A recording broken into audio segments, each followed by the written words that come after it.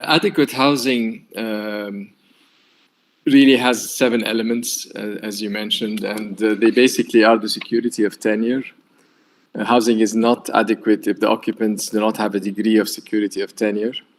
Availability of services, materials, facilities, infrastructure, affordability, habitability, accessibility, location, and cultural adequacy. These are the definitions of adequate housing as per OHCR. And these, of course, need to be translated whenever we talk about housing projects into applicable elements.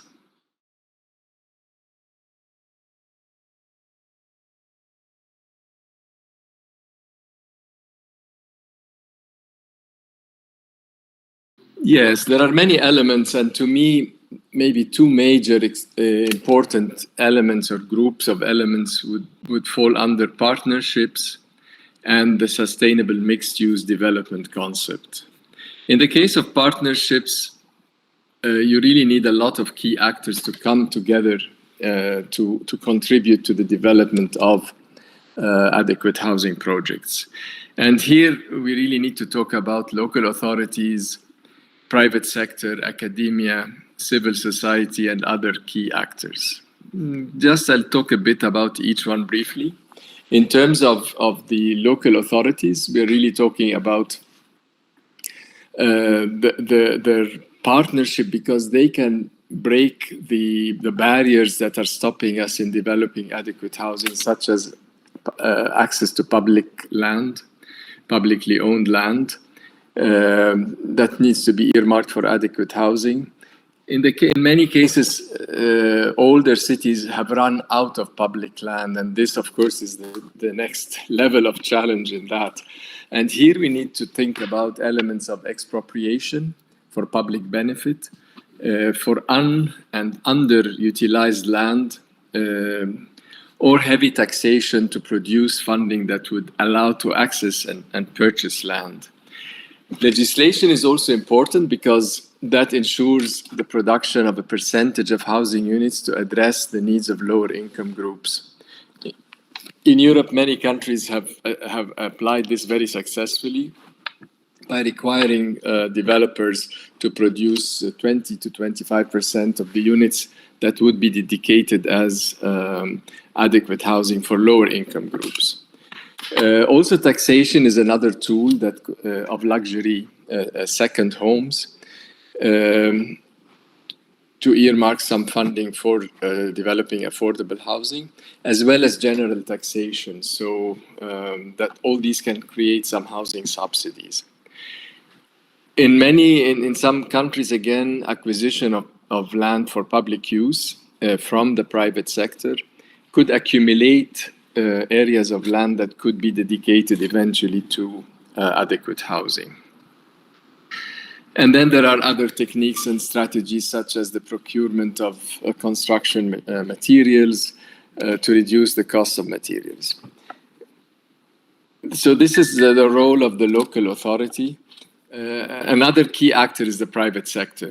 And here, to ensure the dedication of a percentage of construction for adequate housing, as I mentioned, 20 to 30%, the private sector has to come on board. They have to be convinced about this, and maybe some other incentives could be given, such as some tax haven or permission to produce their housing, but also once they're dedicating a percentage to lower income groups, then they can have some taxation exemptions.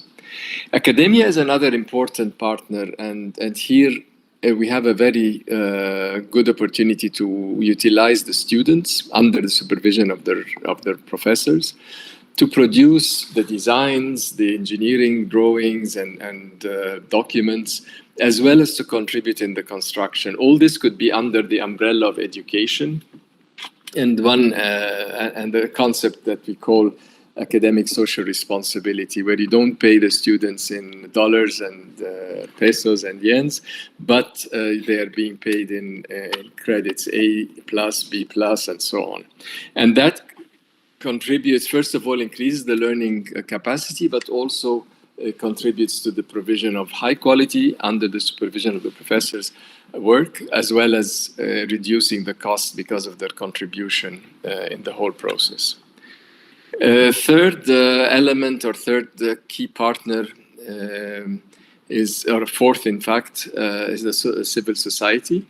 And here we're talking about NGOs, CBOs, religious establishments, and they have an important role in advocacy with local authorities and builders, etc., to increase the supply of adequate housing. They also can help in fundraising to cover some of the construction costs, and this could be through internet, could be through different activities that they do for fundraising purposes. And maybe also sweat equity, where they contribute some volunteer work. And there is, of course, a good example of that is Habitat for Humanity, but this needs to be increased in scale and really be more of at the local level, where we have a good contribution to the production of adequate housing. So the partnerships, to summarize, would include the local authorities, the private sector, academia, civil society, and any other pertinent actors. Of course, religious establishments also have a good role, and if they are part of the partnership, they can also, within civil society, can also contribute quite a lot. To me, the second important element is sustainable mixed-use development. And here, housing, unfortunately, has been portrayed as an independent element. You have ministers of housing, you have donors that focus only on the production of housing, and this has created what we call those dormitory towns, where people just go to sleep, and the whole day the whole compound is abandoned. But in fact, in today's world, we've seen that people are now working at home, being educated at home, producing things at home. And so the housing has become more of a multi-use unit in itself. But also the housing complexes and provision of adequate housing, if it is done only in units, it is doomed to fail in the long run. We see that it is important to have a mixed-use approach, where you have economic activities, environmental elements, as well as social development elements, all combined in a comprehensive, holistic urban development. So, for example, if we think about economic activities, we would be looking at production units or retail units or offices, etc., that could be sold or rented at the market value. And some of the income from that could be used to cross-subsidize the housing. They could, for example, be covering cost of the land or cost of some of the infrastructure and so on, while you reduce a bit the burden on housing, particularly if it is aiming at lower income groups. Also providing job opportunities. And here, if you have economic activities like workshops or retail, the inhabitants, the lower income group inhabitants, can participate in the production, and also that creates for them some job opportunities and income generation situations. Some of the economic environmental interventions are also very important. Some of them would include mixed-use planning, and this means, again, as we said, if you are combining all the different uses, then people do not need to commute. You are creating the smaller footprint for the inhabitants, and also basing development on pedestrian access, as well as non-motorized transport units.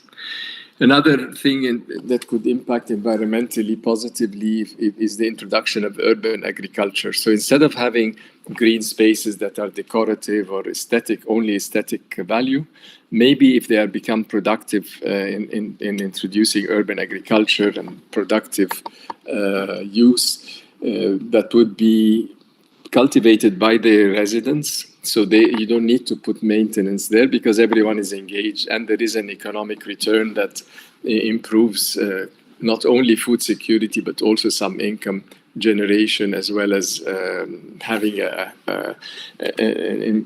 environmental friendly type of use of the land, and creating the green spaces that you need, but also not as a burden, but as a contribution to the lives of these people. This also ensures biodiversity, managing storm control, and so on. So a lot of environmental impacts that could be positive in the whole housing thinking scheme.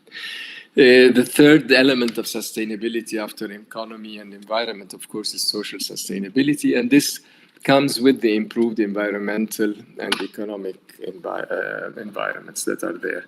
Very important is also to have a mixed income groups. And we see in examples, international examples, such as in Austria, for example, where the housing is, a lot of the public housing is on public land and is dedicated not to lower income groups only, but to all levels of society and all different income groups. This creates a healthy, inclusive environment, socially inclusive, and does not create the stigma where you have low-income housing in one part of the city and the rich in another.